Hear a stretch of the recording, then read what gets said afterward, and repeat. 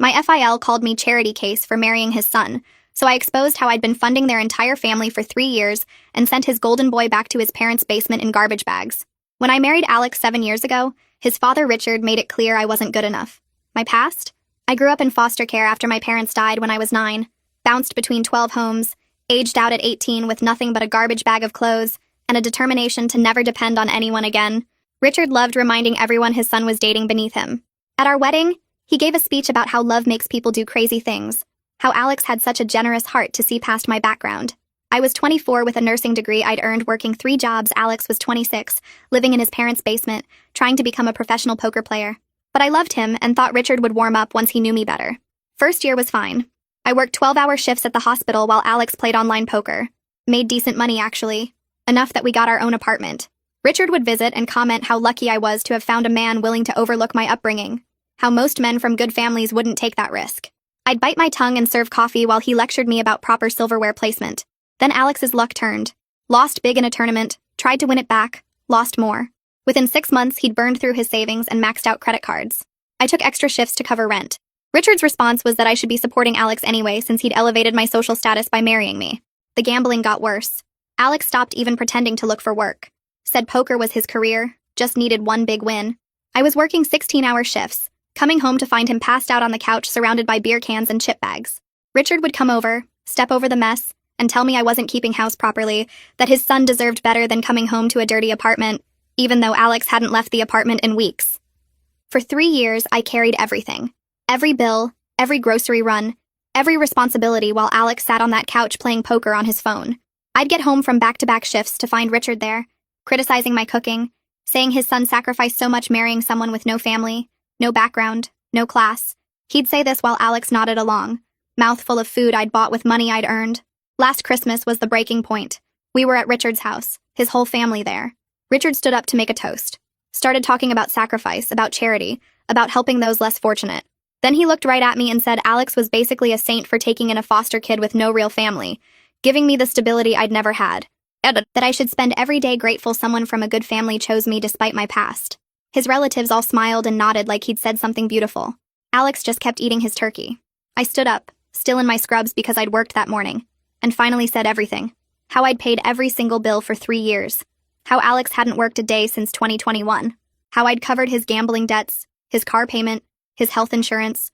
How this foster kid with no family had somehow managed to support his entire family while being told I was the charity case. Richard's face went red.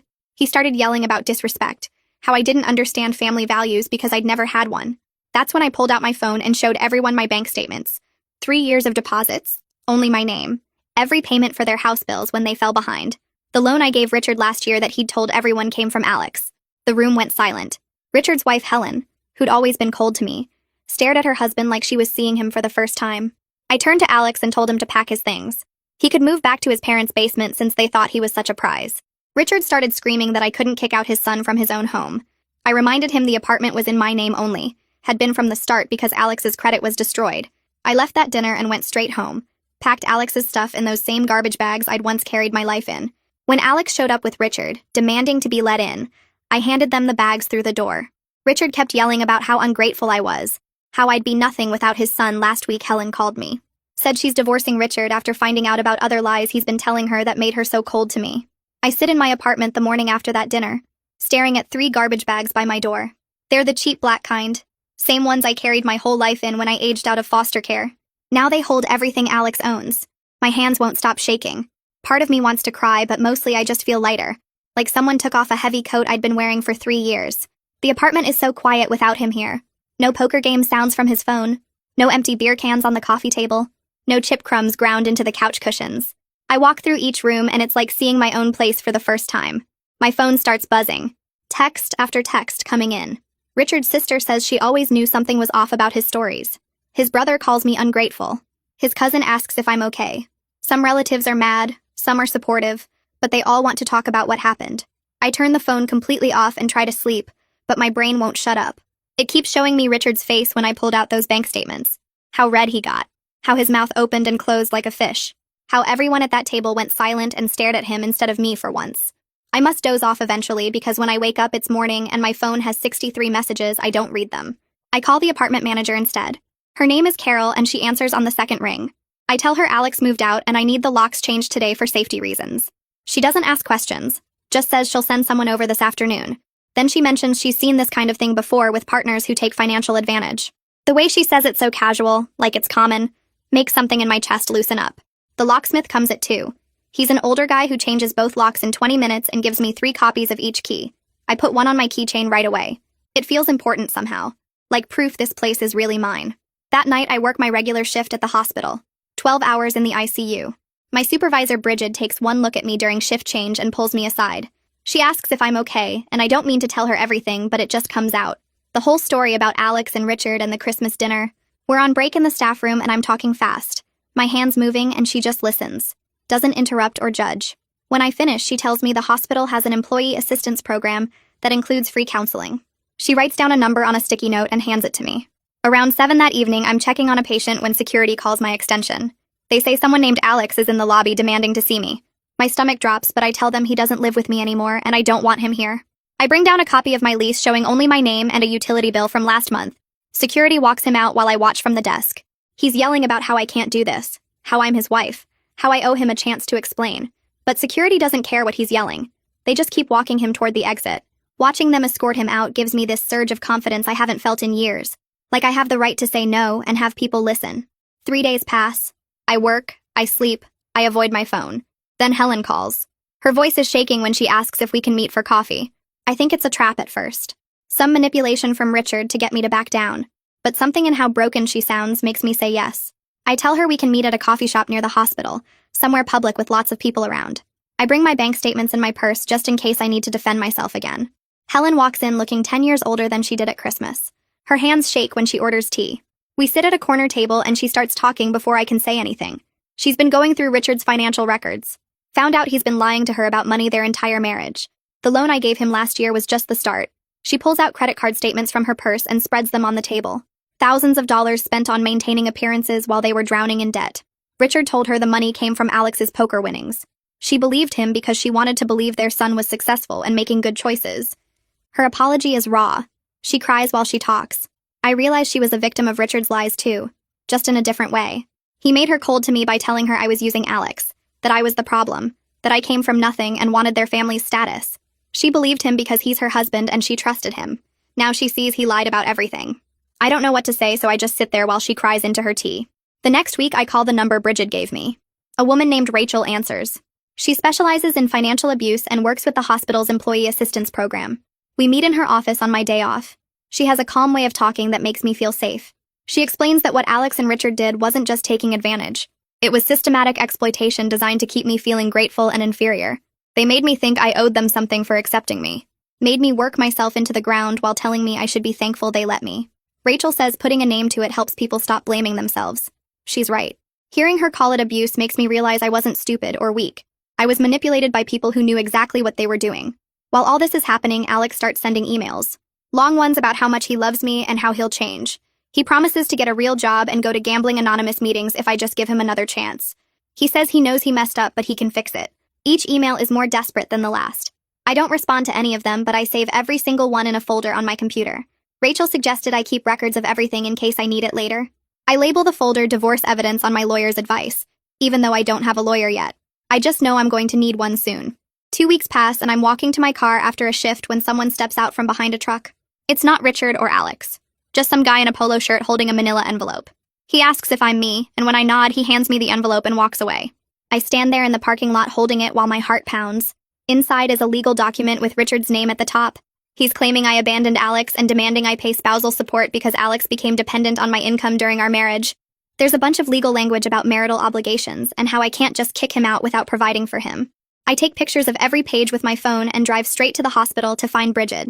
She reads through it in the break room and tells me to call the attorney she mentioned before. His name is Derek, and his office can see me tomorrow morning. I barely sleep that night reading through the papers over and over. The next morning, I sit in Derek's office and hand him the envelope. He's younger than I expected, maybe late 30s. With reading glasses, he keeps pushing up his nose. He flips through the pages and actually laughs. Not a polite chuckle, but a real laugh that makes me feel less scared.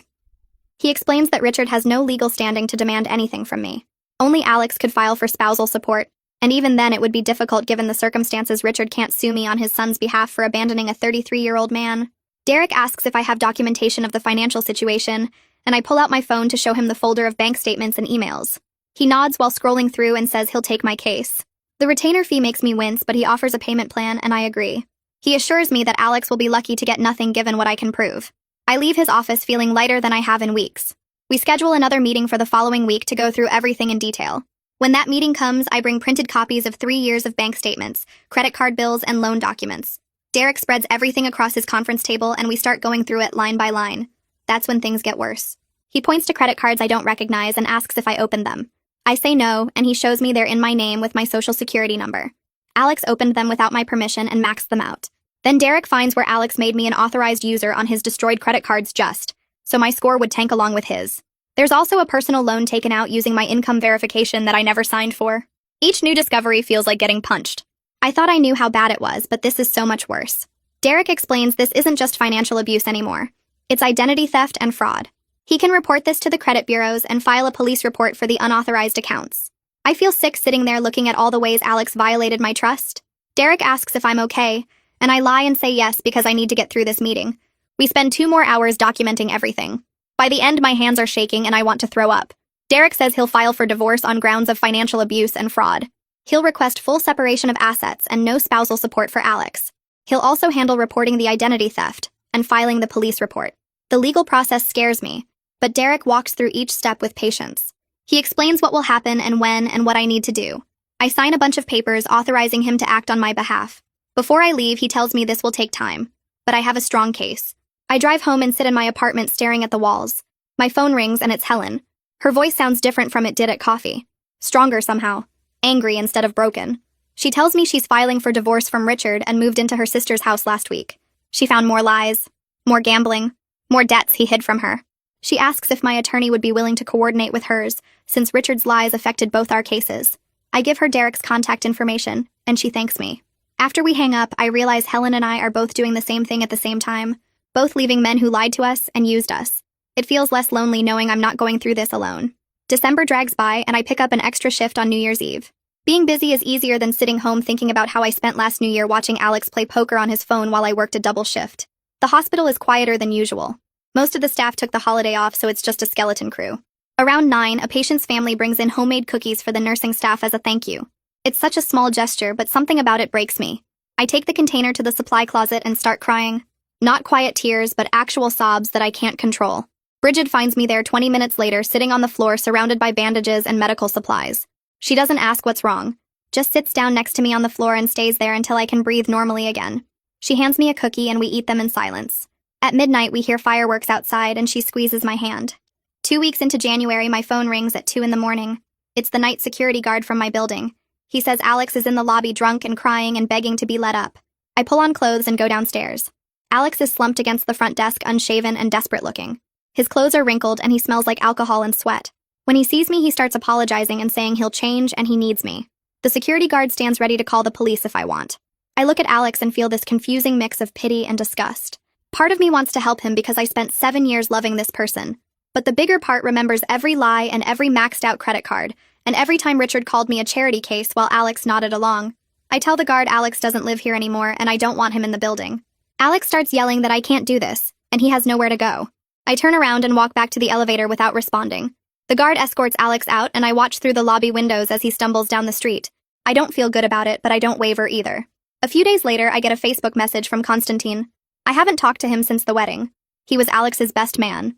The message is long and says he wants to apologize for enabling Alex's behavior over the years.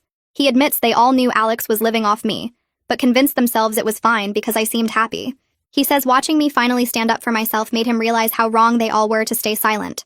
His honesty makes me uncomfortable, but it also helps me understand how many people saw what was happening and said nothing. I write back thanking him for the apology and leave it at that. The next week, my phone starts ringing from numbers I don't recognize.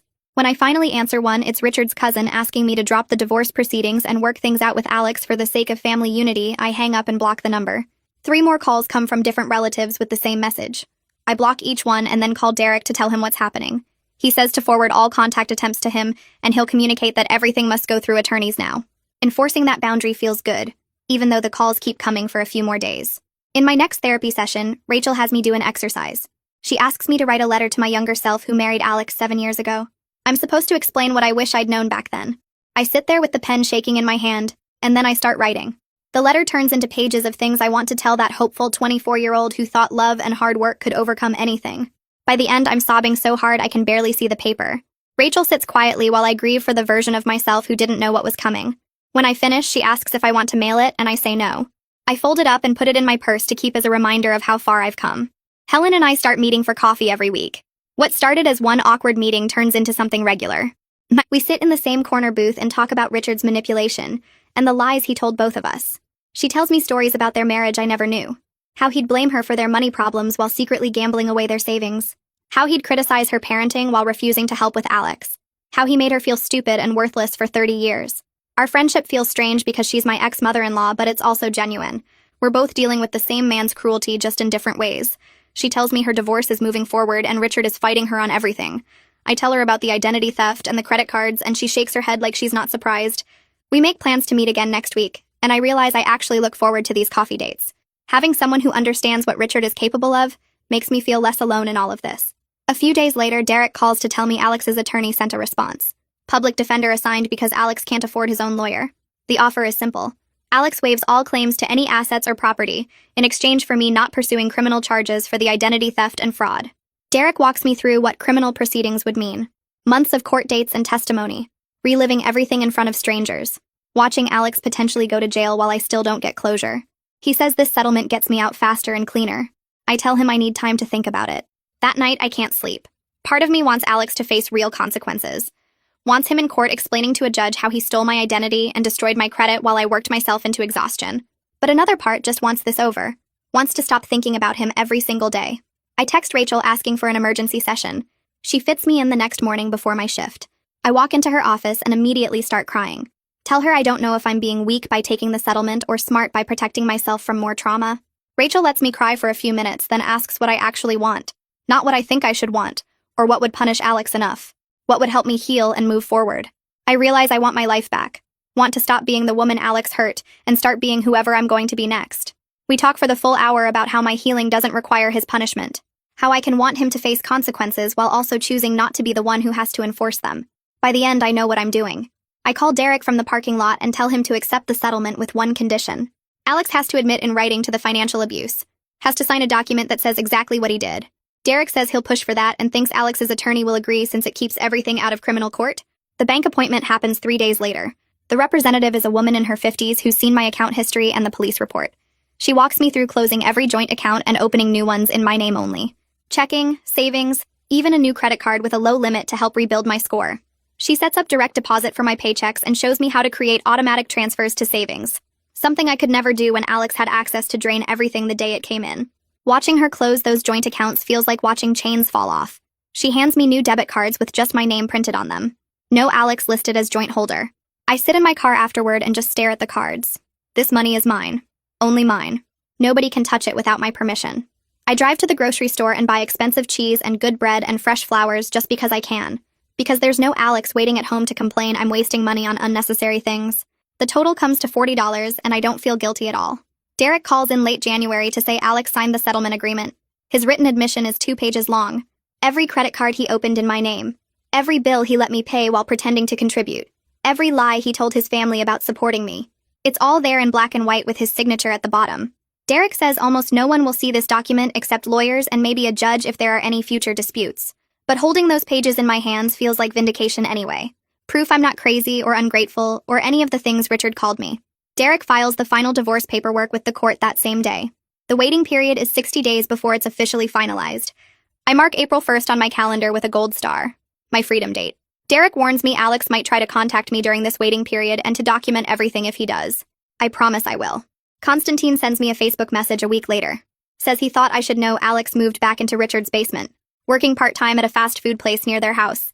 Constantine saw him there last week and Alex looked terrible. Lost weight, hasn't shaved, barely made eye contact. Part of me feels guilty hearing this. Wonders if I'm being cruel letting him struggle. I bring it up in my next session with Rachel. She reminds me these are consequences of Alex's own choices. I didn't make him gamble away his money. Didn't make him refuse to work for 3 years. Didn't make him commit identity theft. His current situation is the result of his actions, not my cruelty. She says I'm learning to separate compassion from responsibility. I can feel sorry he's struggling while also recognizing I'm not responsible for fixing it. The guilt doesn't disappear completely, but it gets smaller, more manageable.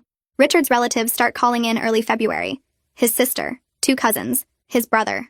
All of them want to apologize for how Richard treated me over the years. They admit they always thought his comments were cruel, but didn't want to cause family drama by speaking up. One cousin says she told her husband after every family gathering that Richard was wrong about me, that anyone could see I was working myself to death while Alex did nothing. I accept their apologies politely. Thank them for reaching out. But I don't pretend we're going to be close now. They watched it happen for years.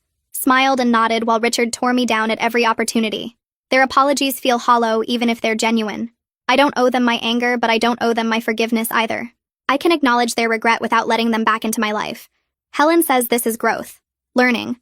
I don't have to make everyone comfortable or accept every olive branch extended. Helen tells me over coffee that Richard is desperately trying to reconcile with her. Shows up at her sister's house with flowers. Sends long emails promising he'll change.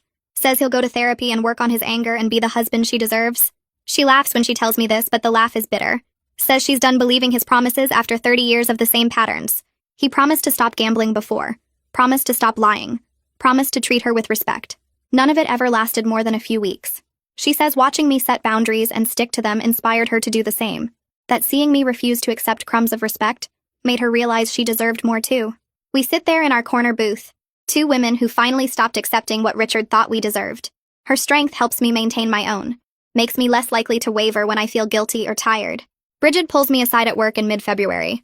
Says she's nominating me for a leadership position on our unit. Charge nurse role that comes with a raise and more responsibility. She lists all the reasons I'm qualified. My work ethic, reliability, how other nurses come to me with questions. I stand there feeling like she's talking about someone else. After years of Richard telling me I should be grateful anyone valued me at all, hearing Bridget describe me as a natural leader feels impossible. But she's serious. Already filled out the nomination paperwork. I just need to attend some management training sessions and interview with the nursing director. I accept because saying no would mean letting Richard's voice win. The training sessions start next week. 2 hours every Tuesday evening learning about scheduling and conflict resolution and performance reviews. Skills I never thought I'd need. One of my coworkers sets me up on a date in late February. Says I need to have fun and stop spending every free moment either working or dealing with divorce stuff. The guy is nice enough. Works in IT, likes hiking, recently divorced himself. We meet for coffee and it's awkward from the start.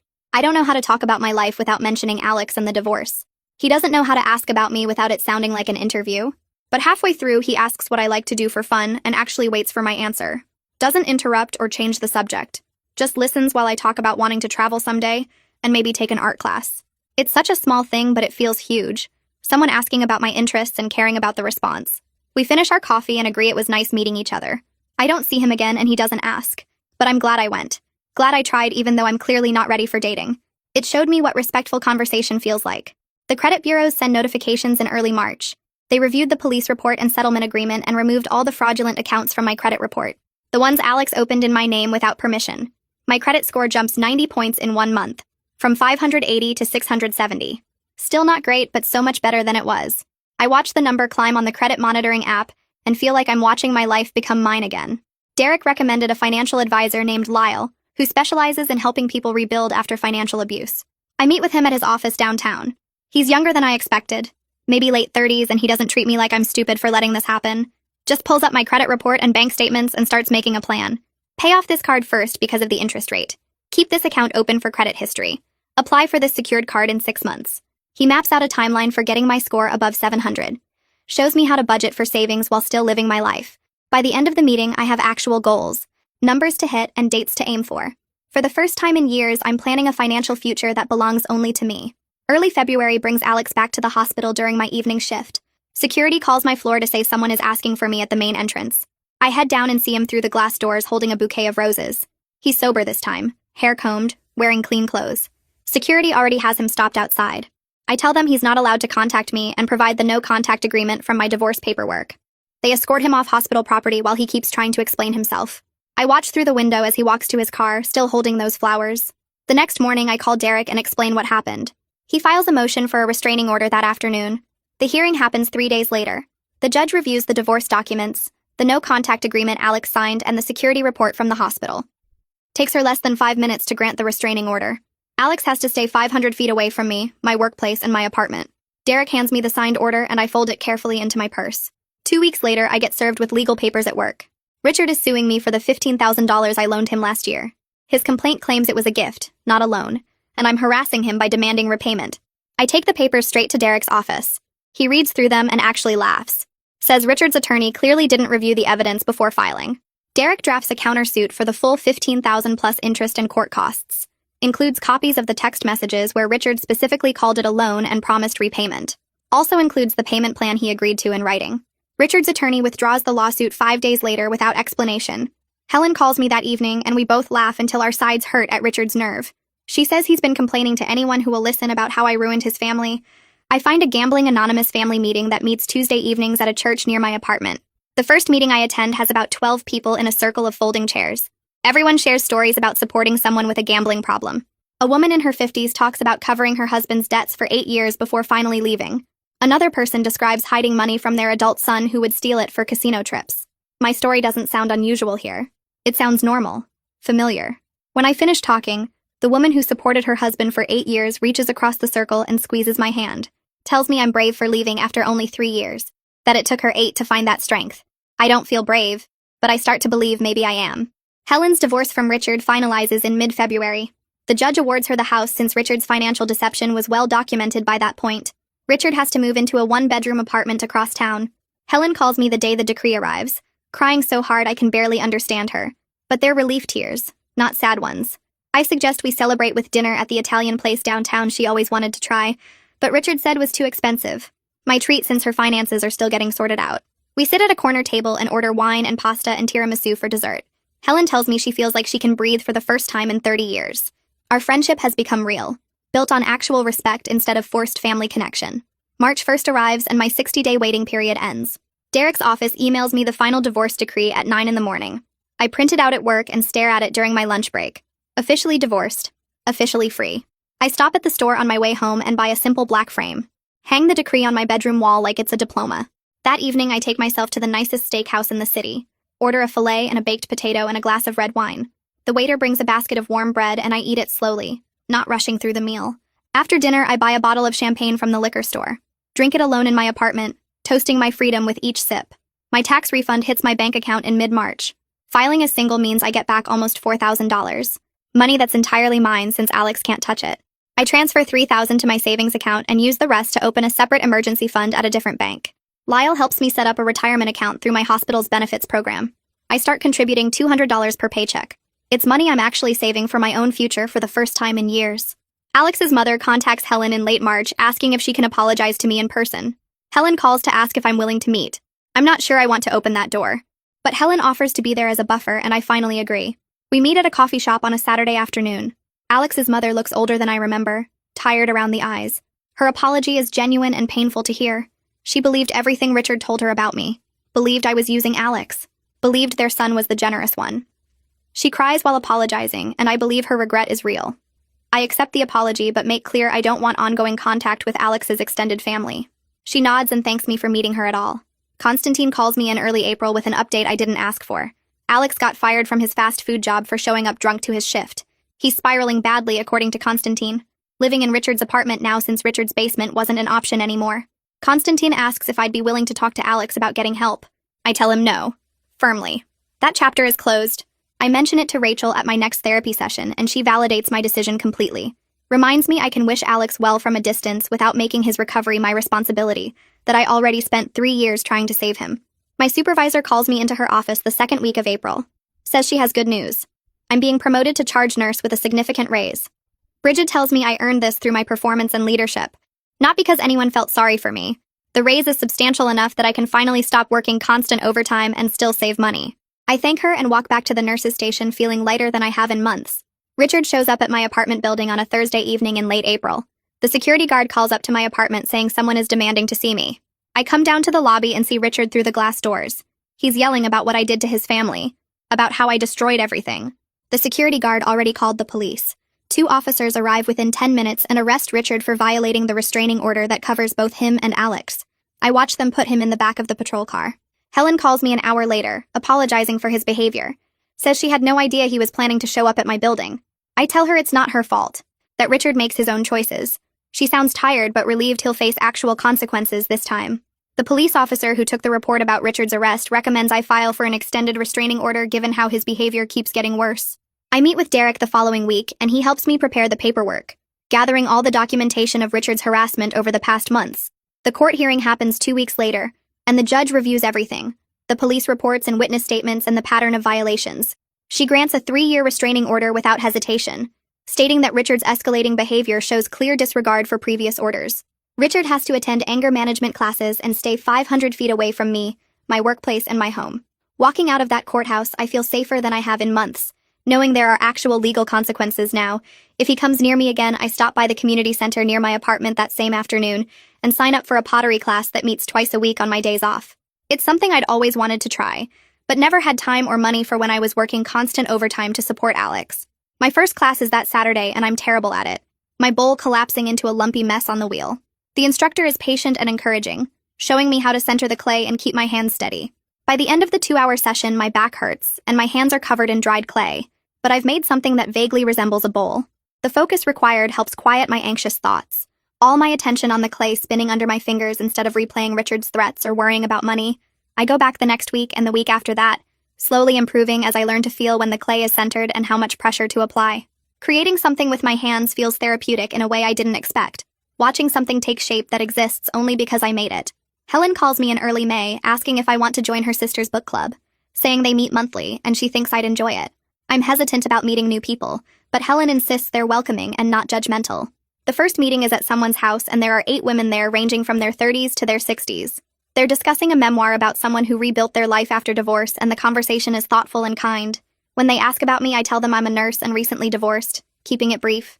Nobody pries or asks uncomfortable questions about my past. They ask what kind of books I like and if I've traveled anywhere interesting and what I do for fun.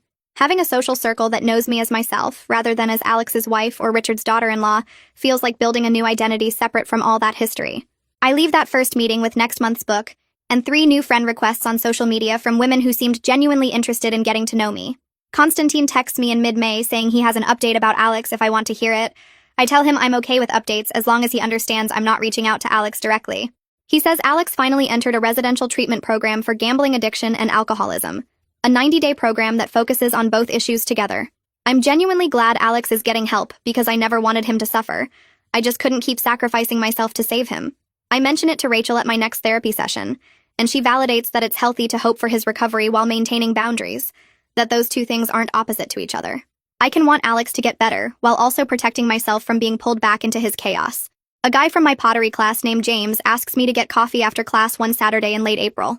He's around my age, and we've chatted a few times while waiting for the kiln to heat up. We go to a coffee shop down the street and end up talking for 3 hours about art and travel and our favorite books. He tells me about a trip he took to Iceland last year, and I tell him about wanting to visit national parks someday. When he asks about my past, I give him the brief version. Divorced recently after my ex had gambling problems. He doesn't pry for details or make pitying faces. He tells me about his own divorce 2 years ago and how he's learned what he wants in a relationship now.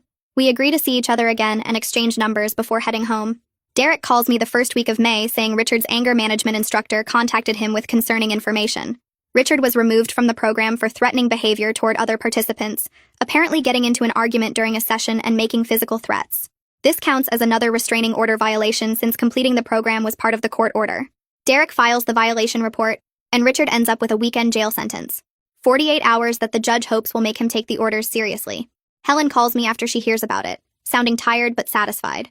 She says Richard is finally facing real consequences for his actions after a lifetime of bullying his way through problems without anyone stopping him. I check my bank account on the last day of May and realize I've hit a milestone I never thought I'd reach. 6 months of expenses sitting in my emergency fund. Exactly what financial advisors recommend, but something that felt impossible when I was supporting Alex. I text Lyle with a screenshot, and he calls me back immediately to congratulate me.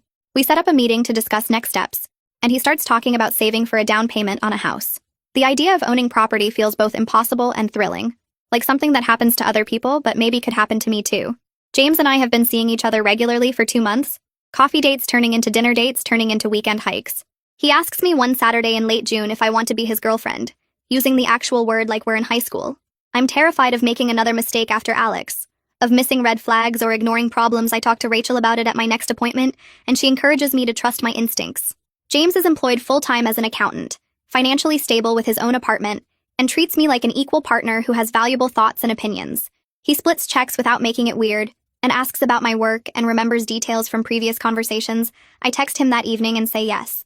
Helen calls me in early June sounding excited in a way I haven't heard from her before.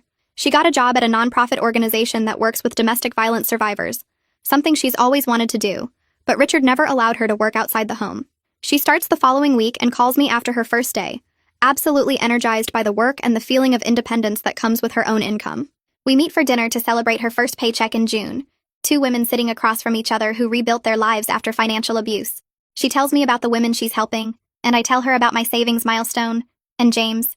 We toast with wine to new beginnings that we created ourselves, instead of waiting for someone to give us permission.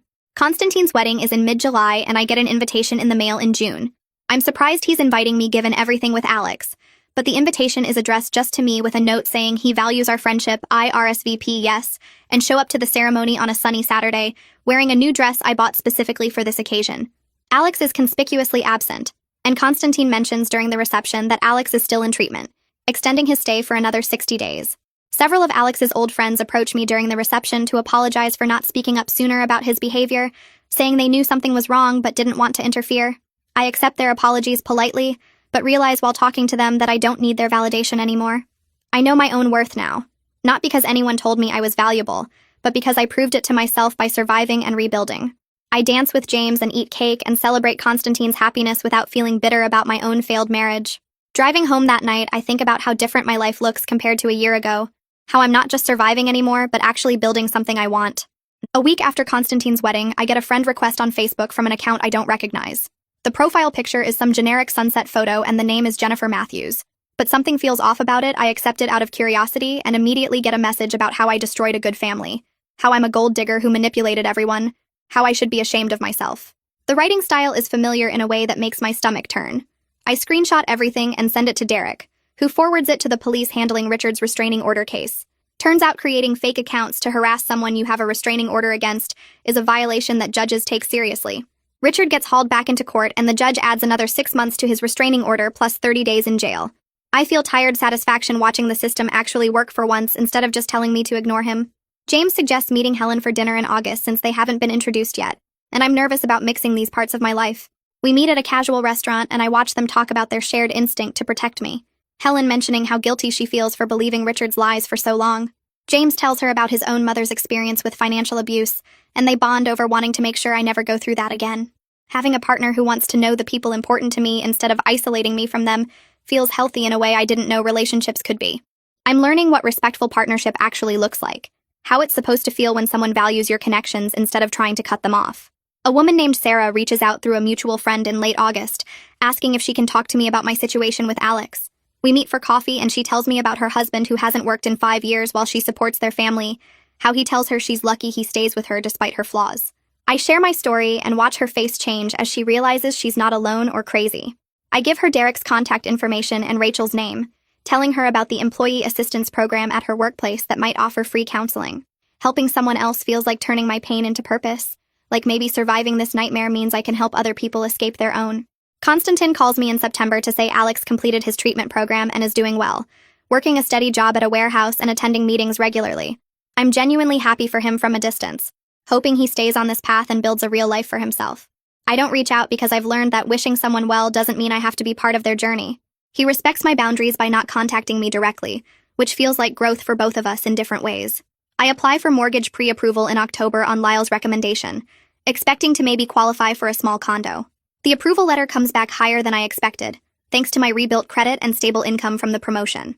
Lyle helps me start looking at actual houses, small places with yards in quiet neighborhoods where I could build equity instead of paying rent forever. The idea of owning property excites me in a way I didn't think possible 2 years ago when I was drowning in Alex's debts. Looking at houses feels like planning a future that's actually mine instead of just surviving day to day. Richard sends a letter through his attorney in November requesting I drop the restraining order so he can attend family events where I might be present, like his daughter's upcoming birthday party. Derek responds that I'll consider it after the full 3-year term expires if Richard completes all court-ordered programs and maintains 0 violations. I'm done accommodating his convenience or making myself smaller so he can be comfortable. He chose to harass me, and now he gets to live with the consequences of that choice. James and I take a weekend trip to a coastal town in early December, my first real vacation in 5 years. We walk on the beach and eat at small restaurants. And I realize I'm genuinely happy, not just relieved to be away from bad situations. I can laugh freely and make plans for next year without fear of someone draining my bank account or telling me I'm ungrateful. We talk about maybe taking a longer trip next summer, and I don't panic about the cost or worry about coming home to financial disaster. This is what normal relationships feel like, where both people contribute and plan together. I find a perfect small house in late December, 2 bedrooms with a fenced yard in a neighborhood near a park. The inspection comes back clean and I make an offer that gets accepted. The closing is scheduled for mid-January, almost exactly 1 year after I started divorce proceedings with Derek. Helen helps me pick out paint colors for the kitchen, and James offers to help with renovations on weekends. I'm building a life I actually want, instead of just surviving the life someone else forced on me. On Christmas Eve, I host dinner at my apartment for Helen, James, Bridget, and 3 nurses from my unit who don't have family nearby. We cook together and laugh, and no one mentions Richard or Alex or my foster care background. I'm surrounded by people who chose to be here because they value me, not because I'm useful to them or because I'm funding their lifestyle. We play board games and drink wine, and it feels like the family I built myself instead of the one I was told I should be grateful for. The house closing happens on January 15th, and I get the keys to my first home. Standing in the empty living room with afternoon sunlight coming through the windows, I think about the garbage bags I once carried my life in, and the garbage bags I packed Alex's life into. I'm not that scared foster kid or that used-up wife anymore. I'm someone who survived and built something real. Someone who owns property and has healthy relationships and knows her own worth. The living room needs paint, and the bathroom needs updating, and none of it is perfect. But it's mine in a way nothing has ever been mine before I spend the next weekend setting up my home office in the smaller bedroom. The divorce decree gets framed and hung on the wall next to my nursing degree, and the photo from my promotion ceremony last year. 3 documents that represent 3 different kinds of freedom I had to fight for. James stops by with lunch one Saturday and sees the wall of frames. He stands there looking at them for a minute, then just nods and asks if I want help assembling my desk. He gets it without me having to explain that I'm proud of surviving, not bitter about what I went through. That's the difference between him and Alex right there. Derek calls me in February with news that Richard contacted him requesting a meeting to apologize in person. Says he's been in therapy and wants to make amends. I don't even have to think about it. I tell Derek to respond that I don't need his apology to move forward with my life. Helen texts me later that week saying Richard is starting to understand that actions have results that don't go away. That some bridges can't be rebuilt, no matter how much therapy someone does. I save the text message because it feels like proof that I'm not being cruel by refusing to see him. My boss pulls me aside in March with good news. I'm being promoted again. This time to nursing supervisor with a better salary and full benefits package. She mentions I'm being looked at for management training that could lead to director positions down the road. The career I built while supporting Alex is doing well now, because I can actually focus on my own growth instead of covering someone else's bills. I accept the promotion and feel something close to pride. On a sunny April morning, I sit on my porch drinking coffee and looking at the garden space I'm planning to plant. Helen is coming over later to help me pick out flowers. James is bringing lunch. I think about how scared I was a year ago leaving that Christmas dinner with my whole life up in the air. I'm not rich or perfect or completely healed from everything that happened, but I'm free and building something that's really mine. That's enough.